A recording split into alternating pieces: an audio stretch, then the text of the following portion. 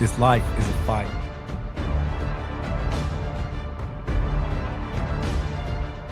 What are you focused on?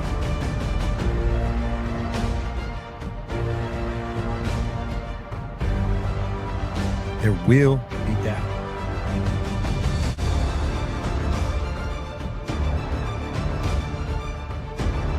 Pain, it's inevitable.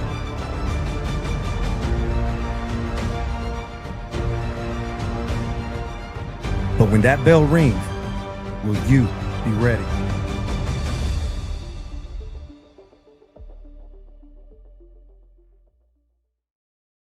What up, Bucketheads? Welcome back to the Spit Bucket Podcast. This is episode 110.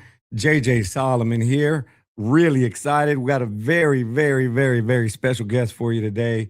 And I couldn't be more excited, man. I've been wanting to get this man on for a long time, and just finally got we crossed paths and made it happen. So look, I'm gonna jump right into this. This is a big moment. I want to respect Coach's time, but before we get into it, you got to acknowledge this man here is everywhere. Every time you turn on anything about boxing, you're going to see our next guest. So without further ado, help me welcome two-time Ring Magazine Trainer of the Year, three-time Boxing Writer Association Trainer of the Year. I hope I'm getting all this right. Former IBF champ, trainer of 15 plus, I think is the count now. World champs. Welcome to the stage, everybody. Mr. Robert Garcia. Robert, what's going on, sir? Hey, thanks for having me, my man. It's great to be here with you. Man, I appreciate you. I appreciate you. Like I told you, dude. Like I told you on when I finally hit you up, when I first got your number in Fort Worth, I was like, I'm gonna hit him up next week. And then you're always busy. So I was like, let's get through the holidays. Let's get through January. I was like, man, if I wait for you to not be busy, I'm never gonna get you, bro. So Yeah, you got me at the right time right now. You know, we always have a little break between 2 and 4 p.m. We train all my professional fighters early in the morning from 10 to 2. And then we take a 2-hour break. Then at 4, we go back for our amateur group. We were in the gym till 8:30 p.m. with the amateur group. So pretty busy out there. And then weekends we got fights. So yeah, we're pretty oh busy man. all day, all week. That's wild, man. It's crazy. It's crazy. Like, yeah, I got these questions down the road, but down later in our interview, and obviously your activity is one of the topics. But again, man, I appreciate you taking the time, and we're going to cover a few things today: the good, the bad, a little bit of the ugly.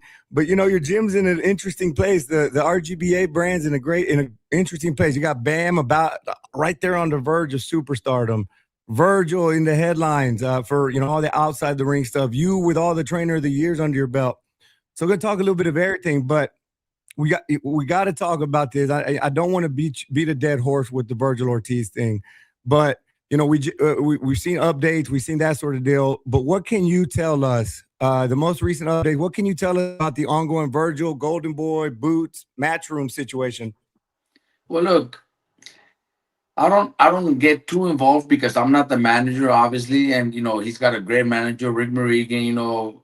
There's a lot of things going on with what's going on with Golden Boy and Rick, and obviously Oscar De La Hoya making his own comments and saying stuff. But one thing I could tell you is Virgil has a great manager. Rick is a great manager. He knows what's out there. He knows what promoters get. He finds out. He does his work, and at the end, he works for his fighters, and he's doing what's best for Virgil. And sooner than later, I think we're gonna have something good for Virgil. Virgil will get back in the gym pretty soon, and start moving forward. Like I said, when it comes to all the politics, if I'm not the manager, well, I don't get involved. Plus I have a good relationship with Golden Boy. I have just this last weekend we were at Golden Boy show here in Anaheim, California. I had one of the young prospects on the undercard. A couple months ago with Curiel versus Rocha. Rocha pulls out of the fight, so me and Eric Gomez and Raso are all working to find a replacement, working together, negotiating the purse with certain uh, fighters that were willing to take the fight. So I have to do my job as a trainer also. When I have so many fighters with every promoter, I have fighters that fight for every promoter, so I have to keep the relationship good. But when it comes to defending my fighters, in this case Virgil, I'm 100% behind Virgil. He knows his dad. Rick, they're doing a great job. Their attorneys are doing a great job, and sooner than later, things will be resolved. I know it's getting to a point where me myself could be a little frustrated. How long is it going to take? You know, Hopefully they don't put them on the shelf for so long. But from what I understand, and conversations I have with Rick, things looking good. Looking like pretty soon we'll be back in Target to have a date and just continue the process of training and with the mission of with the vision of bringing Virgil to the biggest fights out there. That's good to hear, man. I think something you mentioned, I think it's important we talk a little bit about because, bro, Rick is getting grilled. Rick is getting roasted, and it's easy to understand why. You have the golden boy, love him or hate him, he's still the Exactly. golden boy, right? And then you see Rick, almost just just going crazy on social media, and that could rub some people the wrong way. So people are making their decisions. And look, I love Golden Boy a lot, and I respect the hell out of Virgil. He lives 15 minutes from me. So it's hard to keep my fan hat on while having the responsibility of bringing like unbiased coverage. But what's important here is you don't play favorites. And everybody watching this knows that Robert doesn't, you don't have no narrative or agenda. And you're sitting here still telling us, despite everything, that Rick is best in the game. So I want to make sure everybody understands that you're not putting the blame on any of this on Rick Meridian. Not at all. Rick is like I said, he when it comes to boxing, a lot of people might criticize him and might not like him, but that's because he gets his work done. He goes to the last, person or the last sentence of every contract to make sure things are in favor of his fighters, and he's done that, and he does, and that's probably why a lot of promoters are against him, because he makes sure things happen. And look, and like you said it a couple minutes ago, Oscar is Oscar de la Hoya, the golden boy, the gold medalist, the person everybody, the whole boxing world loves. And yeah, everybody favors him on a lot, because he is the golden boy. And I have a good relationship with him too. All this is going on in the last few weeks, month or so. I've had conversations with Oscar that have nothing to do with Virgil or Rick. I've had conversations about Bam, about different fighters that I work with, I trained 3 or 4 fighters that fight for Golden Boy. So Yeah. so we have a relationship. We talk and all that. But when it comes to business, I don't get involved. They know I don't. They don't even ask me anything. Why? Because they know I'm not gonna take any sides. Obviously, my favorite is my fighter is my decision. I'm supporting Virgil Yeah. and whatever it takes. And Rick, could get a lot of hate and a lot of talk, but when it comes to business, he gets things done. And at the end, things are gonna be in favor of Virgil, and with or without Golden Boy, Virgil will continue fighting and continue making the biggest paydays out there. That's what Rick is there for, and he does get his fighters the biggest paydays out there. Do you find it, with everything Virgil's already been through, bro, the health issues and all that? Do you find yourself having to keep him checked in, mentally focused, or is that chip on his shoulder? Is that doing it enough? Virgil knows, what's going on, and he's 100% okay with what's going on, and he doesn't mind, because he wants everything to get clear and to be in everything, you know, for him to get what he deserves, and make sure things work out in his favor. So he's okay. I talked to Rick, and Rick is very sure that things are gonna get well pretty soon. So Virgil's just is just waiting. He doesn't care if it takes a few weeks, a couple months later. We know it. Everything's gonna be fine. Virgil does need to stay active. He's in the gym. He needs to stay active because of what's happened in his past, his health issues and everything. But look, he knows what's out there too, and he knows Rick. That's what Rick is there for, to get what's the best out there for his Mhm. fighters. And Virgil in this case knows that, that Rick is gonna get the best deal out there for him. Yeah, man. And this part of it, I have to ask because who you are. You know, you've seen a similar situation with your brother, with Mikey.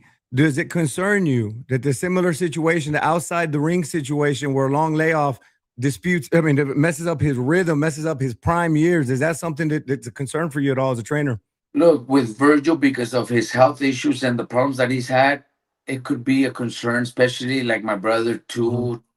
2.5 years that was inactive. But people don't know. But Mikey, when he made that decision, you know, 2.5 years was a lot of time. But after that, people don't understand that Mikey made I don't think, I we know we work very well with Top Rank too. I have a lot of fighters with Top Rank, and I know how well they might, even Mikey himself could tell you guys that, Top Rank could be the best promoters out there, especially when it comes to developing fighters.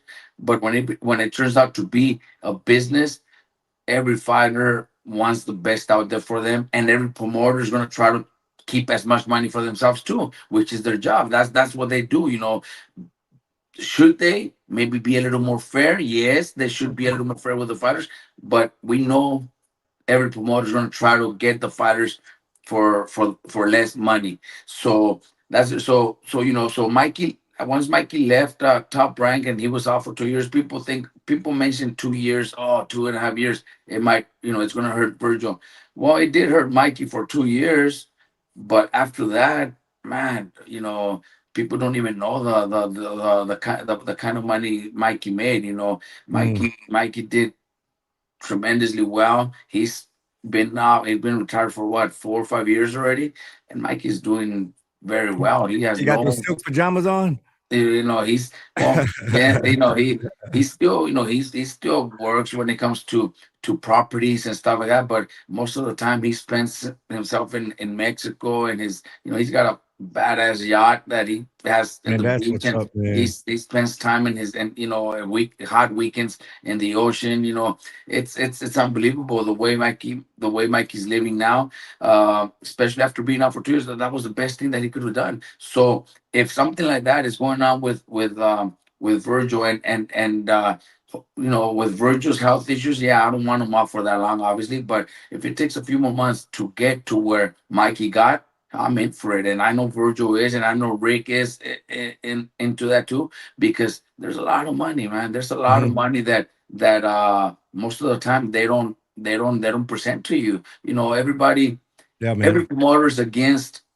I don't know if you were even gonna bring this up, but everybody's against Zuffa Oh, because yeah. of what they're doing. I'm bringing it Every up. promoter's criticizing Mhm. Zuffa, but the main thing they bring up is the Muhammad Ali Act. Well, I'm gonna tell you, there's no promoter that tells you the truth about the Muhammad Ali Act either. They'll lie Mhm. about it. So at the end, Mikey, now Virgil, they're doing what's best, because there's a lot of money out there that they don't show. They hide the numbers. They don't, so if the Muhammad Ali Act is for the fighters to protect the fighters, why are the promoters hiding it? Why are the promoters not being Mhm. honest with the fighters? And it's reality. It's just reality. We as managers, we have to negotiate as much as we can. Why do the promoters first make you an offer, and if you have a good manager, you end up with double the money? That Mhm. means they were lying to you. That means they were lying to you. They started saying, "Oh, that's all we could give you," but then a few weeks go by, and you end up with double what they offered. So that means they were lying to you about the real number, Yeah, man. No, and and that's I just just said the reality, same. man. It's I said the reality. That same thing yesterday. We were talking about the Ali Act, and it sounds good, but it doesn't get enforced. It doesn't get enforced, and that's why it's we're in the all damn. it's all it's all you know it's all fuck, excuse my language, but it's all bullshit, man. Mhm. I'm telling you, and I'm not gonna say which promotion, and I'm not gonna say which fighter, but I have world class fighter. He's at the weigh-in. They send somebody, not even the main promoters, the top people. They send somebody for him to sign the Muhammad Ali Act. and my fighter is asking, what is this? And they're, oh, it's the Muhammad Ali Act. So my fighter says, let me let me talk to my manager. And when the manager comes, like, what is this? Well, it's the Muhammad Ali Act. No, it's not. No, it's not. The numbers are not correct. And he Yeah. went and argued. You know what I mean? So it does happen. So when it comes to the what everybody's criticizing Dana White with Zuffa, you know, man, if you guys were really all against that, then they would do things right. No, man. Yeah, and I got some follow-ups on that. It's it seems good. There's some bad, not yet, but we're all scared of Zuffa. Hell, I don't know. It's a crazy situation. Before we close, and I just have to ask this on the Virgil situation. And I'm only asking you this not for clickbait and not for I'm hoping they screenshot this, but because I respect your opinion, like I said, and you give respect when it's due and you criticize when it's due. Is it fair to say that Boots or Virgil ducked each other, either one of them in this situation, or was it 100% business? 100% business. There's no, I know Virgil and Boots also. Yeah, fact. I don't think he's afraid of anybody, and neither is Virgil. I think it's all business. But look, this fight is going to happen eventually. It's a fight that's going to take maybe a year more, maybe by the end of this year, maybe early next year. But it's just going to be a bigger fight. Honestly, it's just going to be a bigger fight. Virgil's going to have one or two more before. Same, Boots is going to do the same. Boots is gonna fight sometime early this summer, maybe. And hopefully Virgil does the same. I think it's just gonna be a way bigger fight. They're both still young, under the 30s. We're not gonna see this fight at 38. Yeah, When it's good. too late, when it's too, when they're too old. No, I think we're gonna see these guys both in the prime, and they will fight each other. But it's all business. No, nobody, I know for a fact Virgil doesn't. Virgil's not afraid of anybody. Yeah, yeah, yeah, man. Well, that's good. That's good news. That's what I meant to say. If the fight doesn't end up happening, is it either one of them to blame or all business? But man, we can all hope and pray. That's obviously the biggest fight to be made in boxing, and we hope to pull it off. Um, let's shift a little bit, man. Let's talk a little bit about your other superstar and Bam Rodriguez. Uh, Dog, phenomenal talent. I've had my eyeballs on this dude since he was a little bitty boy, but the guy's just growing into superstardom. Eddie Heard just said big fight announcement coming soon. What can you tell us is next for Bam Rodriguez? Well, look, we already have a date, and we're excited. It's gonna be big, big event. Bam right now, obviously champion at 115, and one fight away from becoming undisputed. And that's one thing that me as a trainer, I would love to have my first undisputed champion. I was very close with Jose Ramirez Mhm. against Taylor, but obviously it didn't go our way. But we're very close. Bam also would like that, but Bam really don't care. He's told us, you know what? I don't care. I'll do whatever you guys want. So the plan is maybe go to 118, pick up a title. There's already been a lot of talks about Vargas, but I reached out to Maxroom when I seen all that on social media. Bam versus Vargas. I reached out and I said that I would prefer. Uh, Chispa Medina. Medina. Yeah. I would prefer Medina. He's got a bigger name. Mhm. He's a little more popular. Born in Mexico from Guadalajara. All that just makes it a little more exciting. They told me that Medina did not want the fight right now. That he wants to wait a couple fights, and what he's looking at is a unification in the future, which I also don't blame him. It'll be a bigger Yeah. fight, maybe more money for him too. So I don't blame him. So that's where we're at now. When that news came out about Vargas, I also got a call from Mr. Honda, who helps me, who works Mhm. with me with Bam, and he gave me an idea and told me that there's a Japanese fighter that was scheduled to fight Garcia for the IBF title in Saudi, Taraji, if I'm not mistaken. Mhm. He said he's available too, Robert. So if Bam stays at 115, Taraji's available, and then we wait for the winner of Garcia versus Maloney to fight for undisputed, which would be my dream, to have my first undisputed fighter. And I brought it up to Bam, and Bam told me, whatever you want, I'll do whatever. I don't care, Badass, So man. we'll see. If what I was told also from Matchroom is that even if he moves up and if Bam moves up to 118 to fight Vargas and picks up the title, we still come back down. So we won't vacate our titles. We'll move up to pick up the title, and obviously everything goes well. Can't disrespect Vargas. I'm sure he'll do whatever it takes to try to win. So, but if everything goes the way planned, we pick up the title, and then we come back down to 15 to get the winner of Garcia versus Maloney. So that would also be a great plan. I would still get my first undisputed, and I'm gonna, it's only 3 pounds, 115 to 118. Mhm. It's not like Bam can't make 115. Yeah. So it's something that I'm gonna talk Bam into try considering, because that's huge, man. Being undisputed, you only have a number of fighters that could say they've been undisputed.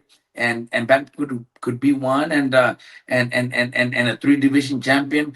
Very few also, and then you just move on. Just keep going. And maybe undisputed at 118. There's two champions, two Mexican champions, uh, uh, that are in 118. Vargas is the other one, and then if I'm not mistaken, I think it's Inoue's brother. So hey, we Uh-huh. could do that, and that could bring a lot of attention to one day. Bam fights the brother, then the big fight against Inoue in the future. All that is great. I'm sure Matchroom also has that in mind. Mhm. Yeah, man, and you mentioned it. I wanted the Inoue question to be the last one about Bam, but you mentioned he wants to fight the best. No easy fights. That's just how he is. Um, but you would think that you would say undisputed is his number one priority right now. Inoue isn't really driving his motivation right now. No, right? I mean, would you say that? No, well, Bam will fight Inoue if they offered it now. But Inoue already has a fight, and he said that, it's two weight divisions, so it's also Yeah. something that me myself, Magnum, should also, can't just throw Bam in there. Like No, if hell no. Bam already moved up two divisions to become champion against Cuadras. Don't forget, Bam was fighting at 108 when Bam was supposed to fight for the title at 108. But obviously the title fight didn't happen. Then they asked me, would he move up two divisions to fight Cuadras? And I said yes, and he did and became champion. So this would be another, again, doing the same thing. I think, I want to pace myself. I don't need to rush. Bam is just turned 26 in January, so he's young. We have a new deal with Matchroom that is great, and to turn Bam into the face of boxing, number one pound for pound fighter in the world in the future. And I want to take my time too. I don't want to rush it. If it was up to Bam would fight Inoue next if they offered the fight, because that's the way Bam is. He doesn't say no. He wants the biggest challenges out there. He actually doesn't get too motivated when the opponent is not a challenge. He Mhm. he wants those big challenges. How do you see that fight playing out? Inoue, Bam. Look, I think the fight is going to happen. I think right now Inoue has a challenge against Nakatani. Mhm. People might be counting him out, but Nakatani is a very dangerous fighter, man. His Hell yeah. style, his style is one of those tough, strong fighters that has tremendous power. So it's going to be I think he's going to. I think Nakatani is going to put up a great fight. He's got great power. He's been dropped a couple times. I don't think the fighters that Inoue has been dropped are as good or have the power that Nakatani has. Nakatani's Mhm. a solid guy, man, and he's gonna put up a good fight. Do I still pick Inoue? Yes, but it's gonna be a really good fight. I think that's gonna be a great fight. So I can't wait for that one also. But after that, hopefully we have a couple fights before that. But I do want to pace myself. But if they do offer it, I know Bam is ready for it. Bam has skills. I talked Mhm. to everybody in my team, including Bam's dad, who is also takes care of his son also. And he told me, look, Robert, I have no fear. I know my son could beat Inoue. And when that fight happens, I think Bam will beat him. Yeah, man, that's I've said it plenty of times. I don't. Both guys are fucking tremendous. Both on my top four, pound for pound. And I've said it before. I know it almost sounds blasphemous to say a little guy's going to come up and beat Inoue, but if anybody can, Bam Rodriguez has the goods, and that is a fight that, man, a lot of us are licking our chops. So it sounds like 115, 118, 115, 118. But unless they offer it with a big bag, we might be able to get that sooner than later. Well, look, we'll Oh, see. What it's also a business, you know what I mean. I still want to pace myself with Bam. He's only 26. He's got a great future ahead of him. do you see on that note? Because on this channel, man, we also talk. I like to talk fatherhood and mental health and marriage and shit like that. Since Bam has become a father, have you seen a difference in him, like positive or negative, since he became a dad? Look, Bam never. Well, before he became a dad, he always told us he doesn't want to fight long. He doesn't want to fight. He always said by 30 he wants to be retired, and that's still in his mind right now. But now that he has his daughter and his newborn son, I had a really good talk with him because I know that he doesn't want to fight past 30. So I had a really good talk with him. I told him, look, this next 4 years, I want to do what you want. I want to set you up to where you want to be. I want to get you the best contract out there, the best deal out there. So by the age of 30, even before 30, the plan that I have is before 30. You're gonna enjoy your daughter who is 2 right now. You're gonna enjoy her on her first day of kindergarten, and your little boy is gonna be 2. You're gonna spend the rest of your life walking your daughter to school, taking a walk to your coffee shop because he's starting his own coffee shop also, and just be a father, be a stay home dad that takes his kids to school, that walks to his coffee shop with his girl, and the rest of your life, make sure your kids are secured, make sure you're secured also for your future. And he loved that idea. So we're gonna push this next. I told him it's gonna be a little sacrifice of 3 4 years, but but believe me, at the end, you're gonna be happy and you're gonna enjoy the rest of your life. And he's okay with that. And that's the plan. That's the plan. We're gonna make sure he's set to where he doesn't have to. Well, obviously, work his coffee shop, but his Yeah, own for sure. business, and maybe help his brother in their gym because they have a gym in San Antonio, and be part of just like my brother Mikey is with me. He comes to my gym. He supports all my fighters. He helps me in whatever advice he needs to give my fighters. But then he also does his work with flipping homes and buying properties and stuff like that. So he still does his, but it's work that benefits himself, and it's only he's working for himself. So that's one thing I want to do with Bam, and he's okay with it. So I think that's gonna be the plan. But look, in the meantime, let's do as much as possible in boxing Hell because yeah, man. I think this kid has what it takes to be the best in the world, to be and even though it's tough at this weight classes, very very little attention when it comes to big fights and big names. But I think he's becoming the first one to really be out there. Chocolatito did it, but I don't think Chocolatito ever made the money that Bam's gonna be making. And at 26, I think the next 2 or 3 years, Bam will be pound for pound the best fighter in the world. Yeah, that's hard to disagree with, man. A lot of people who still haven't really seen him here, Rodriguez, all the Mexican dude, he probably just come forward. But man, I've loved watching him. He's got an amazing skill set. He's not just going to knock you out. He can outwork you for 12 rounds, and then he's incredible, man. And I'm really glad. I'm glad to see you. My favorite thing of what you just said about y'all mapping out his career, you weren't talking about dollars. You were talking about Mija's going to be in kindergarten. Mijo's going to be 2.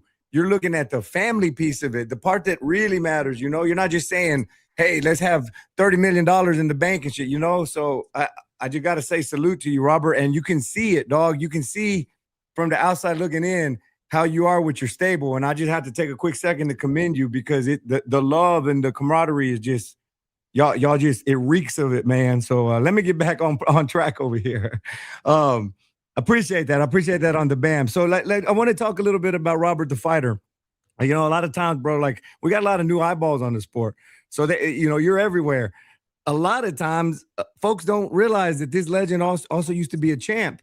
So, I just want to spend a little bit of time just on your time as a champion in that. So, first question: when you reach the top, you know something happens. Something happens to you. Something happens to your self belief. What did you learn at that level that most fighters don't understand until they get there, like being a dad and stuff like that? Look, when it comes to the man, the working person, the just the regular person. I think what really made a big difference in the way I think and everything. Well, obviously my age also. I'm I've matured a lot, but I think having my grandkids, man. I have my grandkids, and I see the difference. When I had my kids, my oldest Pita is 31 tomorrow. Actually, tomorrow is his birthday, but I was 20 when I had him, and it's a difference the way you see life when you're young and you're still going out and you still have friends and you're still partying and you're to when I'm already matured enough to knowing that, man, I should have spent more time, I should have done more, or I should have been Mm. a little more involved. Another reason was I was always in boxing, so I was, training camps. I was still fighting, doing training camps in Big Bear. So most of the time I spent in camp where my kids were, my first two were being born, and my wife was the one pretty much raising them, and school she would take them. I wasn't around because I was in camp, or when I was around, when I was back home, I would hang out with friends and do what young people Mhm. want to do. Uh, that's a big difference there, and now that I see that I have my kids with their kids and with my grandkids, man, I hate to see them, mess around and do things that they're not supposed to, but it's all learning for them too, so I think that's the main thing outside of boxing, man. Outside of boxing, just how, enjoy. I would love to enjoy my kids a little bit more, but obviously, I was in boxing. I retired at 26, so my first 6 years as a dad, I was in boxing training Yeah, camps and yeah, everything. So man. so I missed a lot, of my kids growing up, especially my Yeah, two oldest. we don't get a manual for this. I can't believe I forgot this. I was going to throw this up, and you brought up Peter. So when y'all were in town for, I think it was Bam Kafu. We asked Peter. I asked Peter a little bit about Robert Garcia. Here's what we had to say. We asked him if he should be compared to the goats, the all time greats in training. Here's what we had to say. I mean, there's a lot of coaches. There's a lot of great coaches. I definitely think my dad, by the time he retires, he'll be one of the greatest of all time. He'll be in the boxing Hall of Fame for coaching fighters. Right. I think right now is probably the best stable he's ever had. When he won his first Trainer of the Year with the Boxing Writers Association, I think in 2012, he had a great group. Obviously, Mikey, Brandon Rios, Nonito, Maidana. I think right now with Bam, Virgil, Raymond, and these young guys, it has the potential to be the best group that he's had. If you look at the Boxing Writers Association, all the coaches that have ever won multiple Trainer of the Years, it's always been within like a few years of each other. So with the same group of fighters. So like Eddie Reynoso has won it multiple times. It's still been with just Canelo. Freddie Roach won it like 6-7 times, and it's a crazy amount of times. Manny Pacquiao was with him that whole time. I think my dad's the only one that's ever won it with like such a big gap of 12 years and had a completely different group of fighters. So two things I want to pick up on that. I know you just gave yourself a little bit of hard time for not being there as much, but man, you can tell how much your family loves you, specifically Peter. So and you're turning him into, you're giving him his career, man. So like it's easy to overjudge ourselves as dads, especially when we got started young. I was right there with you. I was 20 when I got started too. But so salute to that, man. It's hard to keep that relationship through this boxing world, but he makes a hell of a point. We've seen a lot of multiple time winners, and I know I'm taking a step back to Robert the trainer, or to what I want to cover. But how does that feel, man? Like to say that I've done it, and you're getting mentioned with the greats, the Freddie Roaches, the Manuel Stewarts, the Cus D'Amatos, everybody. How does that make you feel, especially coming from your son? Well, look, honestly, when my son mentioned that, I had never even thought about it, and and Yeah. and uh, and he is right. He does. make a solid point to when it comes to facts and reality. But to me, honestly, it, it doesn't it doesn't make a difference. I'm I'm I'm the trainer that loves what I do, and I do my job, and I'm not chasing another Trainer of the Year award. I'm not. I want to make sure my fighters are doing good. My fighters are winning, and my team is still doing good. You know, my boys are doing good.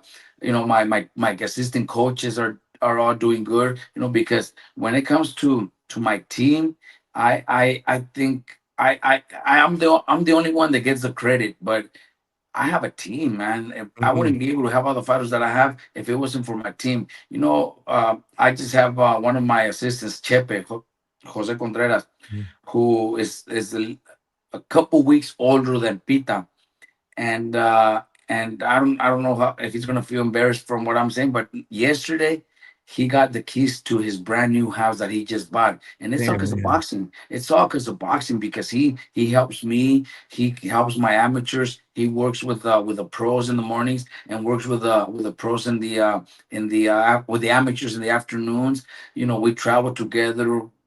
You know, he's one of my coaches, and he just bought his house because of boxing. So that's what makes me happier, you know, because he's also like a son. You know, we've known him for many years since he was a kid in Oxnard. He was a boxer, one of my young amateurs in Oxnard. So you know, I feel happy, you know, to see stuff like that.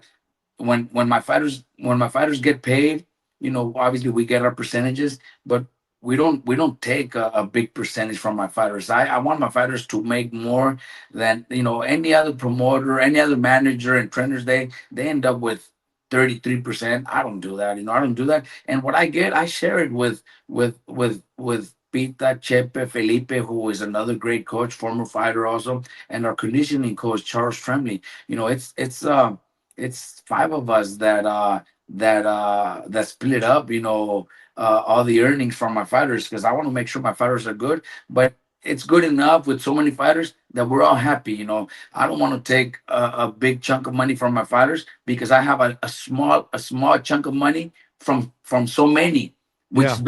which is better for us. Fact. I'd rather have 20 professional fighters than have one or two and take a lot of money from them. I rather take a small amount, but have a lot more fighters, and that keeps my family moving, keeps my son working.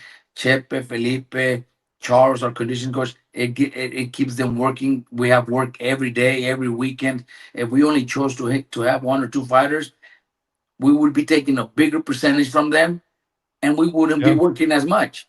You know, I want to, you know, I want to keep going. We have a great amateur program too. We travel to tournaments also. You know, we just drove to San Antonio a couple weeks ago to go to just to an invitation we had with Franco, Josh Mhm. Franco, Bam's brother. He had a tournament in San Antonio, and we drove with God 10 damn, man. kids.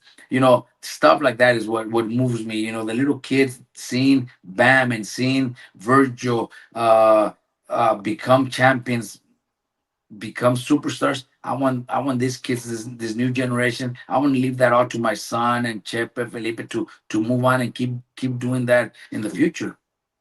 Man, I love it. Again, I just love the mindset, you know, the spreading the wealth, the building the community. And again, we see it. It's not like you're just out here saying, giving ideas of a concept and not backing it up. Um, Coach, I kind of went out of order here, so my bad. I'm gonna have to go and re-edit this later because I was focusing on you, the fighter, but you threw me off when you brought up Peter. So I do want to talk a couple of things back from your career as a fighter. If you were training yourself today, everything you know now, well, and I'm talking X's and O's here, not so much outside of the ring. What's the biggest focus you would emphasize that maybe you didn't fully focus on back then? Look, there's so many learning experiences now that if I was training myself when I fought Joel Casamayor, I think I would have become a champion.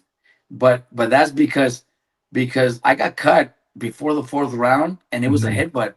And I think I was ahead on the scorecard. So mhm. I probably would have stopped my own fight to go to go to the scorecards and win the fight. But you know, it's all experience. But all that is experience that I bring to my fighters now. So I'm glad all those things happened to me. I'm glad I'm happy that I lost to somebody like Diego Corrales, My next Joao question. Casamayor. You know, Joao Mhm. Casamayor, a great fighter, very talented fighter, gold medalist.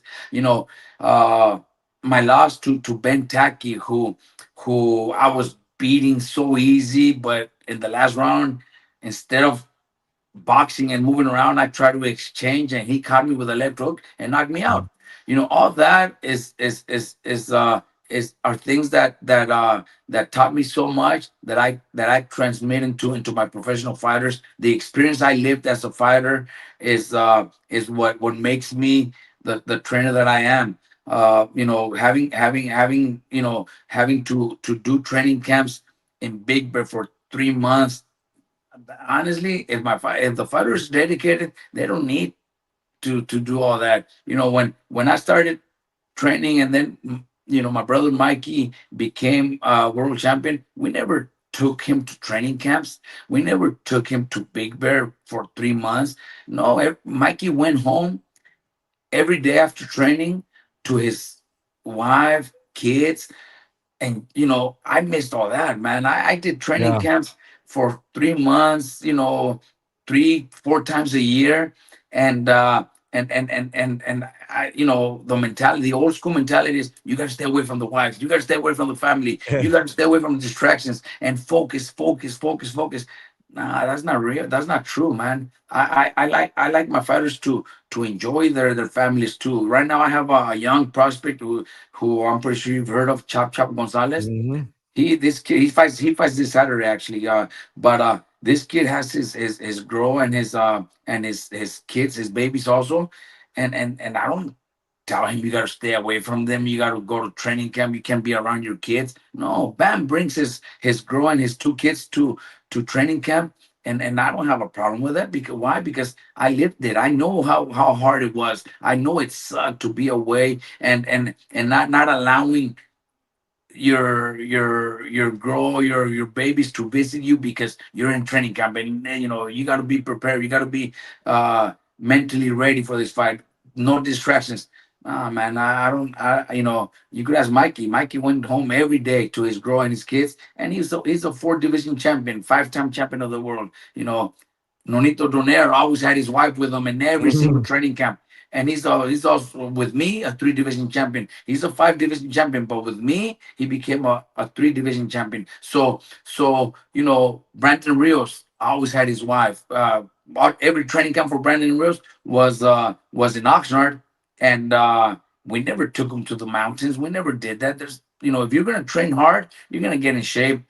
Wherever, if you're dedicated and disciplined and training hard, every day after training, he would go home, enjoy his kids. And look, the fights that he never got tired. He That 12 round fights, brutal wars, and he didn't need Big Bear for to get in shape. He just needed to train hard and be happy and enjoy training camps. Man, I dig it. That all makes sense. It makes sense. Do you notice the difference between your current batch of guys and then your old, the first time you won trainer of the year? And then also I'm also asking that about yourself. That was a long time ago. You were probably having, we get older, things change. Right. How would you describe the biggest differences there in those relationships?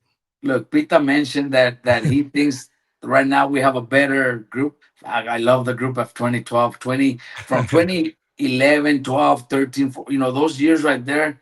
Man, it was a great team, man. We had a great team, great moments, great fights with Margarito fighting Pacquiao, Brandon Rios fighting Pacquiao, Maidana against Mayweather.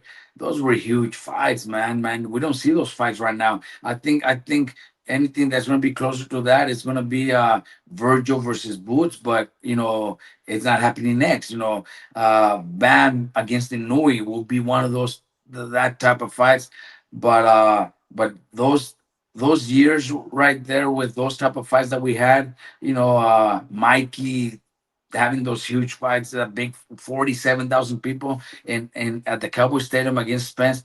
It's I don't think it's comparable, man. Yeah, it's hard to I, get those. it's hard to get there Yeah. right now, man. One thing, you were asking, you mentioned about a lot of youngsters, a lot of young fighters that don't know I used to box, don't even know that I'm a former champion. We go back to 2004, where it had been 3 years since I was retired. When I brought in Brandon Rios from Kansas to live in my house to start his Mhm. professional career. He's seen my belts in my living room, and he asked, "Whose belts are those?" He Oh didn't even shit! know. What He the didn't even know I was a fighter. hell? Damn. Brandon Rios didn't even know I was a fighter. Didn't even know I was a former world champion. So right now, especially now with been so many years, there's a lot of boxing people that have no idea that I was a Did you fighter did, and a did you former hit him world with champion. that Roger Mayweather legendary quote? That you don't know shit about You don't know boxing? shit about boxing. Nah, man, that's great. Hey, I'll tell you a funny story, dude. I worked with the guy in 2011, and I was talking about boxing, and he called himself a fight fan. And I brought up George Foreman. I promise you, he was probably about 25 years old at the time. He thought George Foreman was only known for making a grill, dog. Oh God. I was like, come on, man. Yeah. And he might be watching. I'm not gonna say his name, but come on, dog. Come No, on. of course. There's the new generations, and that we know in 2004, we're talking 22 years ago. I had been retired for 3 years only, but Brandon was also one of those kids that grew up in the streets. He wasn't too much. He was just a boxer. He was just an amateur boxer that had no idea you could turn pro one day and become a world champion. He was just a street boy that was Yeah. good at what he did and became a fighter and didn't really follow boxing. But he had no idea I was a former champion. So right now with this new generation, it's hard for them to know. Sometimes with YouTube and everything, everything online now, you can find a lot of fights, and a lot of kids have told me, I seen you fight on YouTube. So they can look it up and they'll find a lot of stuff in there. So yeah, everybody, man, we have, man, close to 300 amateurs, kids in my gym, and they all know I was a fighter. They could Google and find every single fight out there, so they know. But yeah, it's I think I get more recognition as a trainer now. Yeah. Everybody knows me as a trainer. You'll be Yeah, the and OG and trainer. when I was fighting, my name is Roberto Garcia, and I used to be Roberto Garcia out of the red corner, Roberto Garcia. Mhm. But now, since I started my gym at Robert Garcia Boxing Academy, now everybody calls me Robert. Even when I get interviewed by Mexican reporters That's and wild, man. Mexican, everybody thinks my name is Robert. Which I always try to say, no, no, my name is actually Roberto. Because I'm Mexican. But yeah, a lot of people forgot I'll that go back already. and fix the interview. I'm just gonna add an O every time I say Coach Robert. A lot of people forget that my name is Roberto. Roberto. All right. Hey, we're almost done here. A couple things I want to hit, but here's one that's just kind of barbershop talk in my head that I've thought this for years, man. And you brought up Errol Spence right now. I've always thought, and people here in the DFW area kind of said the same thing. Errol Spence was raised in a Mexican gym. RIP to Gene Vivero here in Dallas, Fort Worth. And you can kind of see the Mexican influence in his style, the pressure, the body. Do you think that there's something in his game that maybe we missed, or something that you could have pulled out just based on what you see in Earl Spence's? Have you ever had that thought or no? Not really. Errol No. Spence. Errol Spence. I already knew he grew up, in the Viveros boxing gym, and Mhm. yeah, Mexicans, kind of teach you something that a lot of fighters might not have or need when it comes to the being brave and fighting, and that's what Mexicans do, which I think helped him in his career because he would exchange and was very effective at it, but he was also a very talented boxer also. I think Errol Spence, obviously at the end of his career with his personal problems and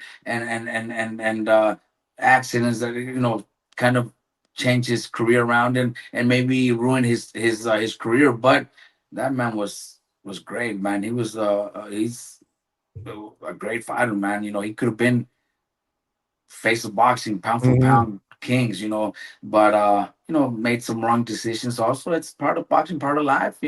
Hopefully 100%. I know he made really good money. Hopefully he saved it and did good and changes his life around, because boxing is not forever. And as much money as you make, if you don't invest it right, we've seen a lot of fighters make millions and millions of dollars, tens of Hmm. millions, and end up broke at the end of the Sad, careers. man.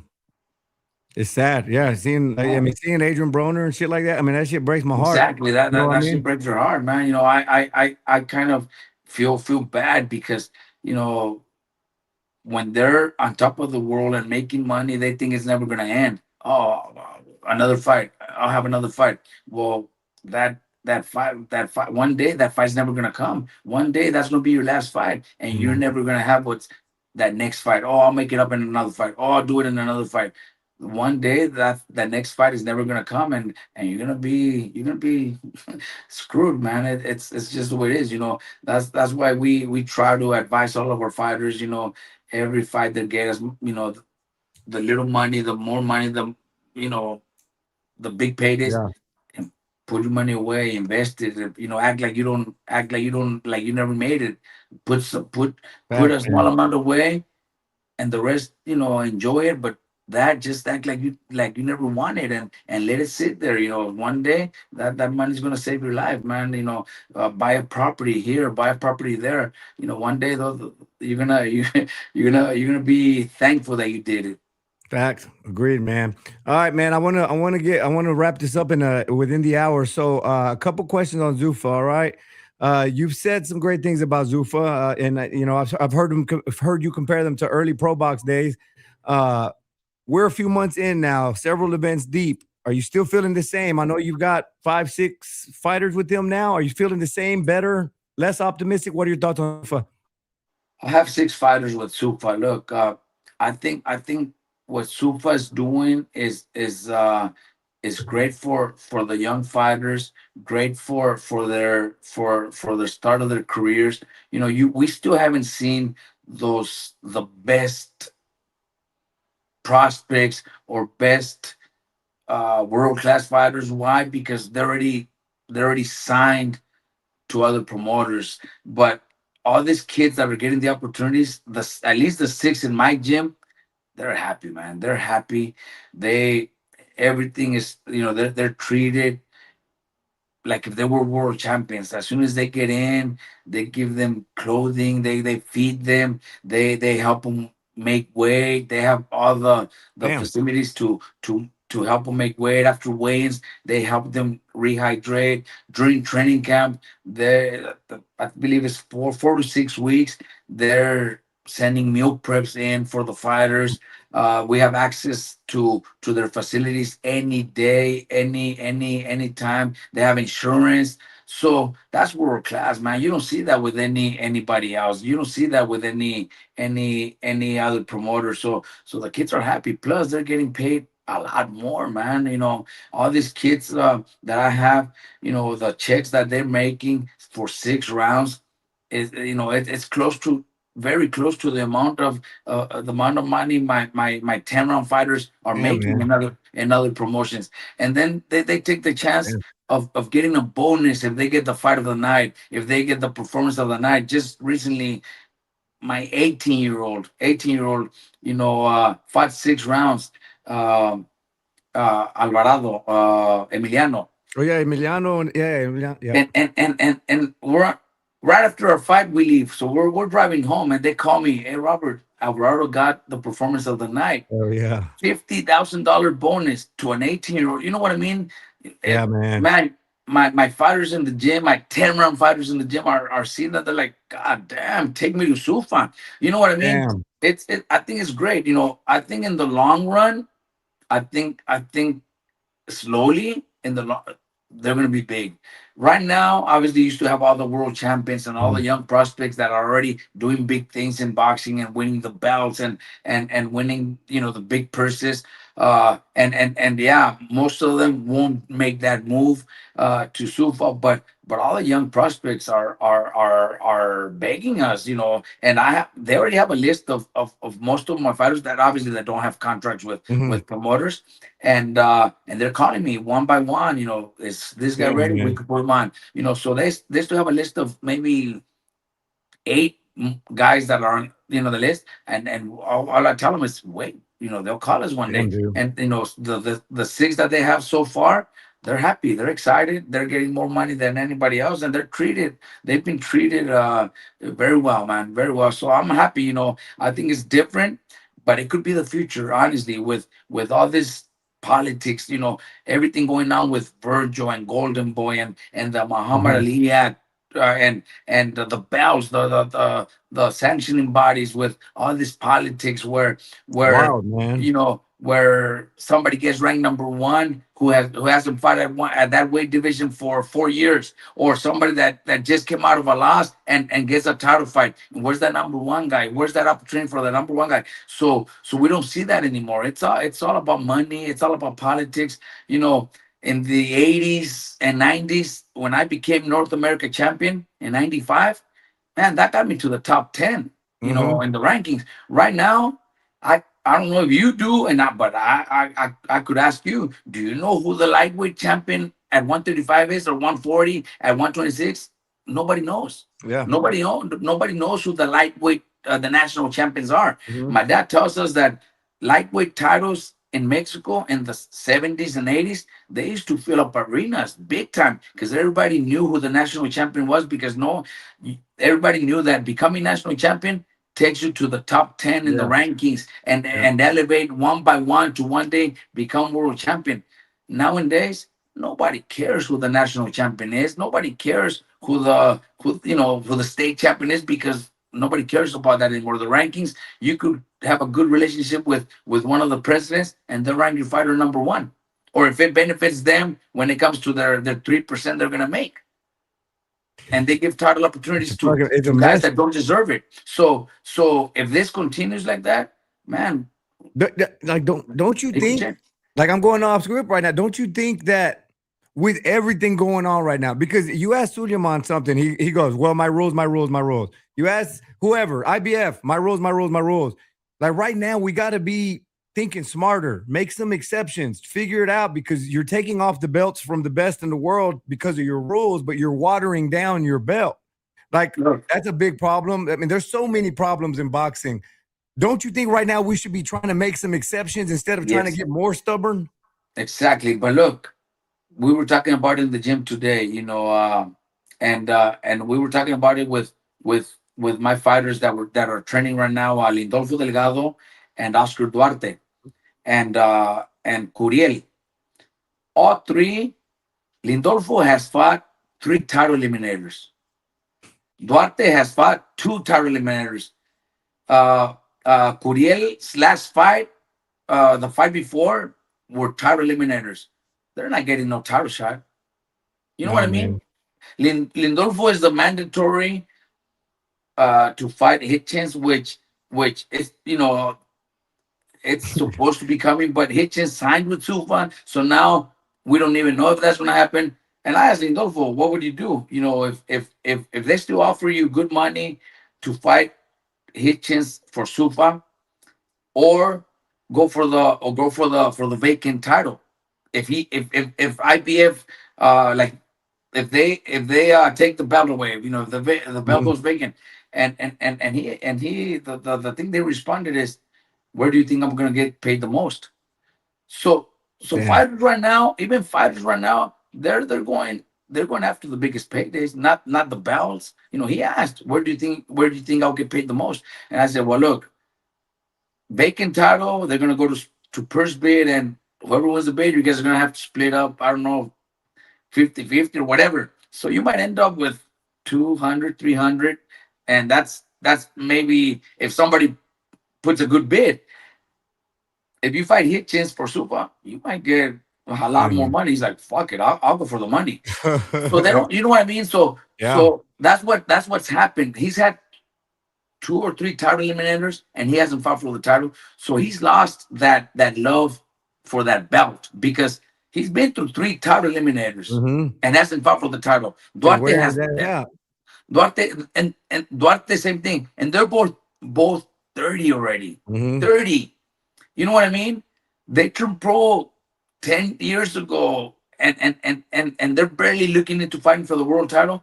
But since they've had a few title eliminators and they don't get the title fight, they're thinking, fuck, I'll go wherever the money's at. You know, at this age, they both have kids, they both have families, so they're thinking for what's best for their family, not for the belt in their shelf. They're looking for Yeah.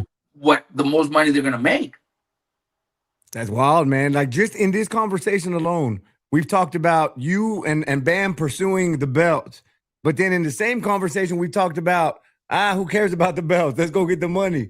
And this is just giving us an idea of how hard it is to make decisions and focus and get clarity in this sport right now. It's a lot of opportunity. I'm with you, but it's just hard to follow, man. And it's hard, I don't think one man is gonna break boxing. Boxing's already broken, but it just makes me a little uneasy. I got a question for you.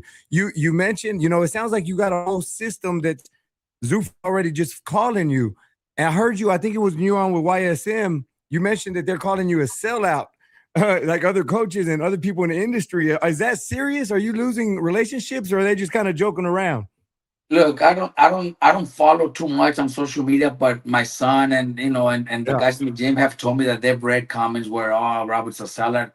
Seller for what? For being with taking fighters to make money, you know, taking my young fighters that most of the guys that I have signed with Sufa, I never made a dollar off them before. I was taking them to fights in San Antonio where we're promoting, where we're losing money just to give them a fight. Here in Southern California, I've done my own shows where I don't make money. I lose money because we always you don't make money when you don't have no TV. No, you're lucky Hmm. to sell 1,000 tickets, and that's barely gonna cover production and stuff like that. You lose money. Or taking them to Mexico where we have to pay for the fights, then we get this opportunity where Sufa's paying them, and yeah, maybe they're going against all the other organizations, maybe they are against all the other promoters, but I work with every other promoter too. I work well with every. They can't hate. They never signed these kids Hmm. that I'm always pushing, but they also have the right not to sign them. So why would they get mad if I'm signing them with Sufa when you guys never signed them? You guys never gave me that opportunity. They Hmm. ain't no, you never gave me that opportunity. So why would you do that? My fighters, on the contract, it's also where if they lose, they keep giving them fights. They continue to give them fights. With this other promoters, all the promoters, I work Yeah. with everybody.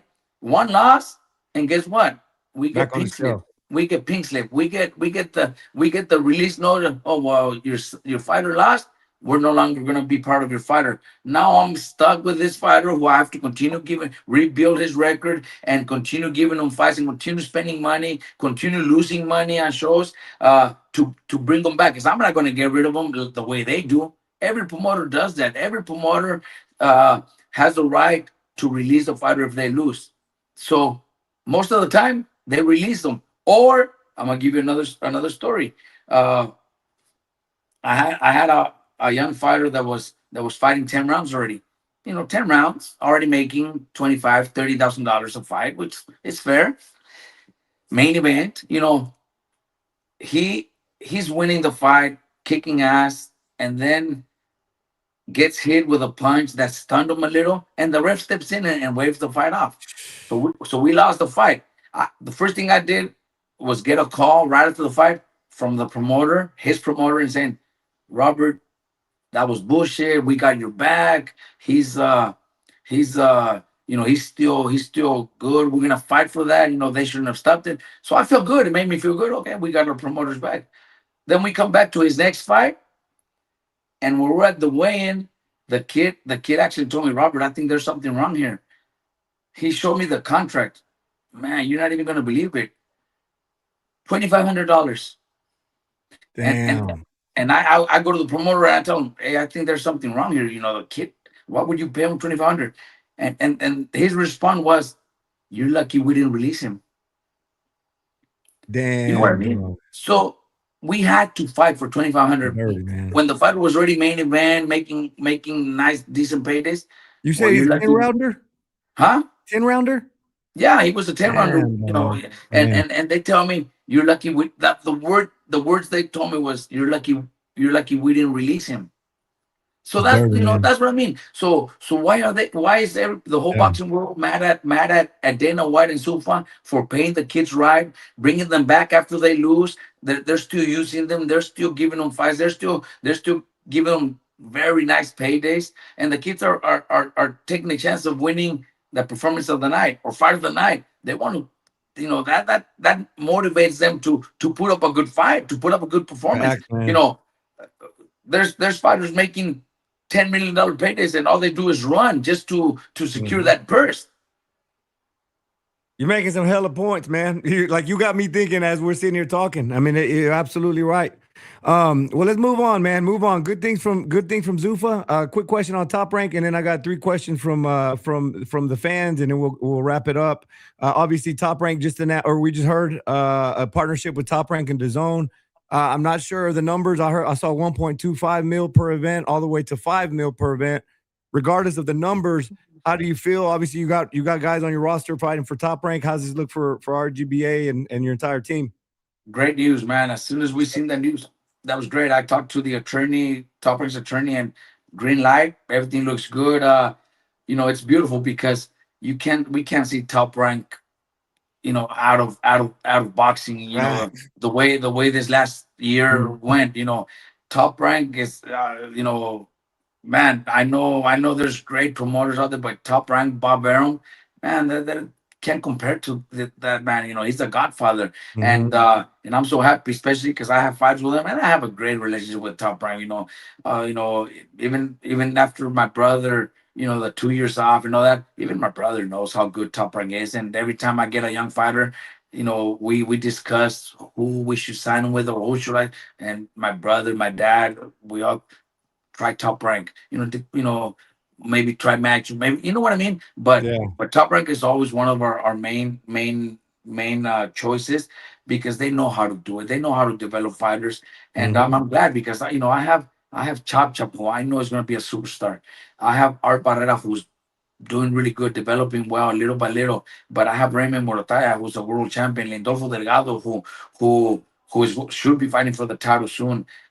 Raymond Morataya, that Mm-hmm. budget they have uh, is good enough for Raymond Morataya title defense here in Southern California. He's from Fontana. We're in Riverside, Inland Yeah. Empire, Ontario Arena, Toyota Arena would be perfect for a title defense for Raymond. Chop Chop on the card, Emiliano Vargas on the card. Yeah. It would sell out. Mm-hmm. Top Rank's going to have that money from the zone. Plus, they have a good. They're going to get a good gate. They get good sponsors. So they end up profiting really good, and the fighters will get paid well. So we're happy. We're excited. Chop Chop. We've had Chop Chop's been having like I think like 3 or 4 just shows. He's actually fighting this Saturday Nice. on a Pro Box card where he might not even be televised because he's not Damn. with Pro Box. So Yeah. they're just giving him the opportunity because I have a good relationship with Pro Box, and Top Rank is also paying for his fight. So we were doing stuff like that with Chop Chop small cards here in Southern California just to keep him busy. Same thing with Art Barrera, just keeping him busy. But now that Top Rank has this deal, I know Chop won't be one of their bright The superstars that go-to guy. Yeah. within 2 or 3 fights, Chop Chop is ready for any champion. No, he's got the skills, man. Good for him Right. and good for you and the whole team. And coach, you got to realize you pulled in some kind of magic act, man. Having all of these relationships intact and not being damaged with everything going on, that says a lot about you and your character. So big time salute. All right, so we'll close this out with three just questions from the audience, and I razzle dazzle them a little bit. First, we go from Ramirez Boxing. What's the best financial advice you ever given to any of your fighters? Look, the first thing one fighter makes enough money to be able to buy a property. That's the first thing. Buy a house, man. Buy yourself a house because at the end, having a house, even if most of the fighters have to go back to work at the end of the career. So any job is going to pay for your bills and stuff. But if you have a house, that's the most important thing that I would give my the advice. But before that, put 30% away for the taxes because those fuckers come after your Oh, they'll money. come knocking. They'll come knocking for Don't sure. forget to put that money away for the IRS because those fuckers don't go away. Hell no. All right, man. Home of boxing. What was your favorite boxing style growing up? And now that you're a trainer, has that changed? So do you still have a favorite boxing style or do you just enjoy all the styles? My look, I love every style because I have every style in my gym and I train everybody different. Virgil's totally different to Bam. Bam is totally different to Duarte. Duarte is totally different to Chop Chop. Everybody's different. I don't train none of my fighters the same, and I don't want any of my fighters trained to my favorite style. My favorite style is the Orlando Canizales style, the Gilberto Roman style, Sugar Ray Leonard, my favorite fighter of all time. So I love good footwork. I love good angles. I tried them a few times during my fights, which sometimes were very well. I think against Janja Molina, I had a Mhm. good moment where I pivoted and landed some good shots, and I tried it, but it just wasn't always in me. But when I got somebody like Nonito, who is really good at that, I loved it. I Now that bet, I man. have Bam, who is the best at what he does and the best of angles, and I love it, man. I just love that style. So yeah, it says it in my one some of my best fighters, Leonard, Canizales, Yeah. Gilberto Roman, who a lot of people don't even know, but if there's chance, look him up. He died young in a motorcycle accident, Mhm. but he's a great fighter. He had great footwork, and that's my favorite. When it comes to footwork, uh, when it comes to Mexican style, the head movement and everything, I love Salvador Sanchez. Always in I dig it. shape, never open his mouth, made his opponents miss. So easy, so simple that he made it look so easy. So I love defense, footwork. I train my fighters to their style. If I have a Brandon Rios who loves to fight on the inside, then I train him to fight on the inside. Mhm. If I have Bam who loves to counter and fight on the outside in angles, then that's how they're trained. I love it, man. All right. And then hey, real quick before this last question. Speaking of Bam and Nonito, how would that look? How would that look in their prime? Man, That's crazy, man. I'm curious. You've been right I know, there. I know, I know. Bam loves Norito. Norito's his favorite fighter, and Bam might not like it, but I think I would pick Nonito. Damn, bro, that was tough, Bam, no, man. Hey, well, you Bam. got Bam's still young too. We still Yeah, haven't even seen Bam's his chin. 26. So Yeah, we still haven't even if they seen have his told chin. people have told me, has Bam already done more than Nonito? I said, look, Bam still has a few years, at least 3, 4 years left in his career. So by then I could probably say yes when he's retired, but right now there's still so much that he's gonna show, that he's gonna do, that he's gonna accomplish. But Nonito with me, we accomplished a lot, man. We when he became champion against Montiel, very few thought he could beat Montiel, and he knocked so out so cold and so brutal that it was fuck. It was unbelievable, man. The Yeah, performances that he had were awesome, man. So Nonito, I had a talk with Nonito, what, like a week ago, and yeah, we keep a good relationship. I could probably still say he's one of my favorites, man, because just not yeah. just because of his style, but the person that he is, man. I love Nonito. Yeah, man. Yeah, big shout out to the donaires. And then last question, and I'm kind of thinking barbecue, your ass is everywhere. Why don't you ask him yourself? From boxing and barbecue, I worked Franco's first tournament in San Antonio and saw you coaching the kids. A few hours later, I was working a ZuFa event in Vegas and you were there again. After all these years, you're giving yourself to the sport at such a high level. What's one thing that keeps you going? And let's talk about that. You went in a van or a bus, y'all drove, man. We That's drove. We crazy. have a 10 passengers truck Splinter and or Sprinter, whatever they're called. I don't know.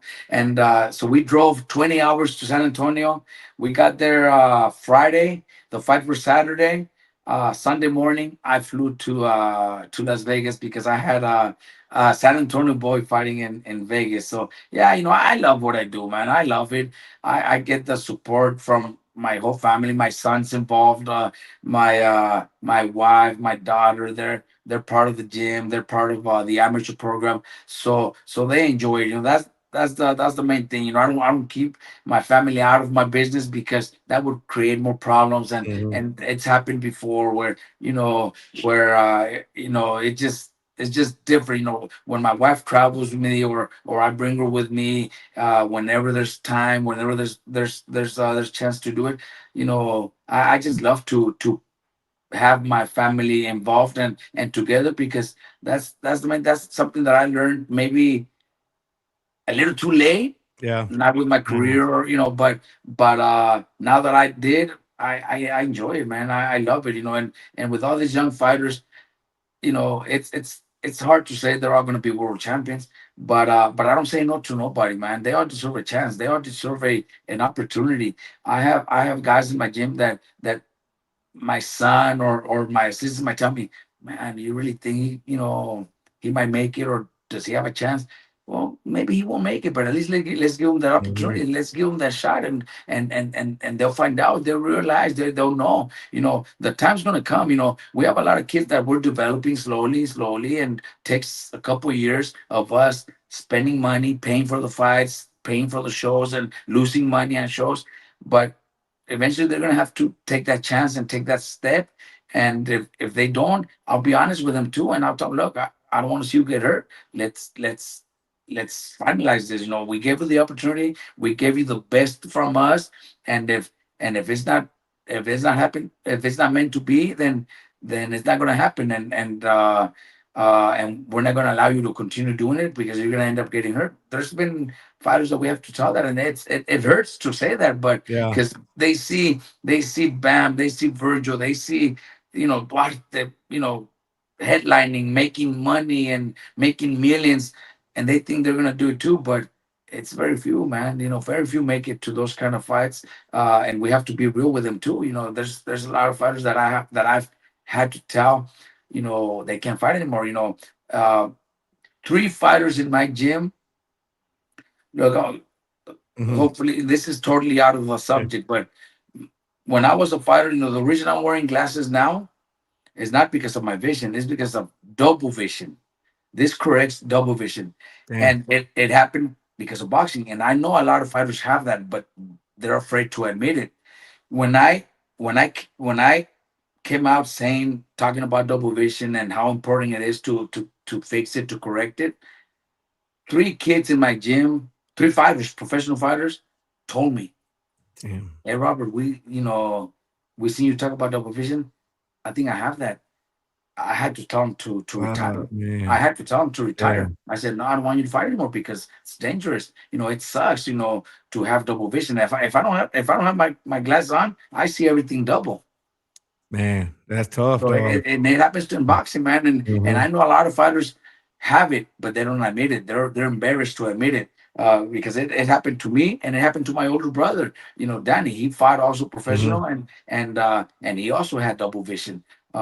Mikey never did, which is good. My God. But Yeah. if in three brothers, two got it, that means a lot of fighters have it, but they don't admit it. Mm. Well, damn, man. Well, Robert, Coach Roberto. Sorry, hey, you were saying all that about Roberto. You spelled it Robert, so you're full blown Robert now on your thing. So, hey, man, thank you so much. Like I said, I got nothing, just love and respect for you, your name, your family. It's resounding, it resounds in boxing, and look, there's no doubt with that roster you have that we're going to see you in my LeBron James voice, not 3 times, not 4 times. You got a lot of trainer of the years coming up, man. And congratulations and good luck to your future. And thank you very, very much for joining the show, man. Yeah, thanks for having me. And I'm available. At the time, around from 2 to 4. So next time you want to do something, or just know that it's gonna be between 2 to 4.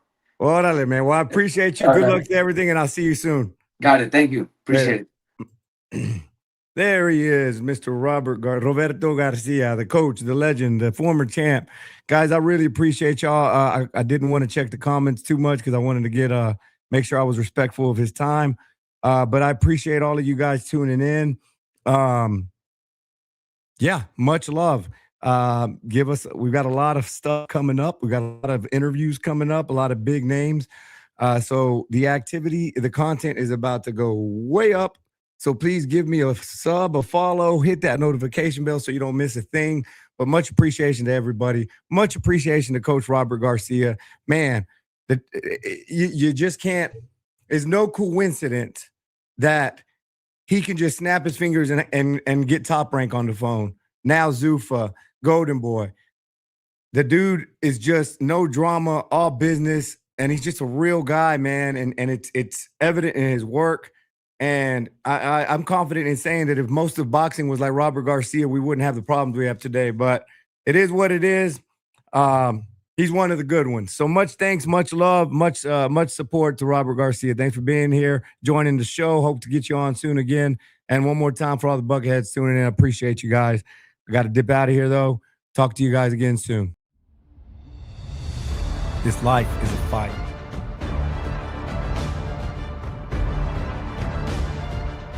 What are you focused on?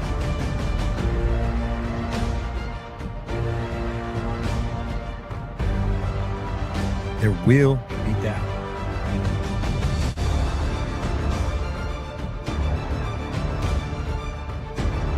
Pain, it's inevitable.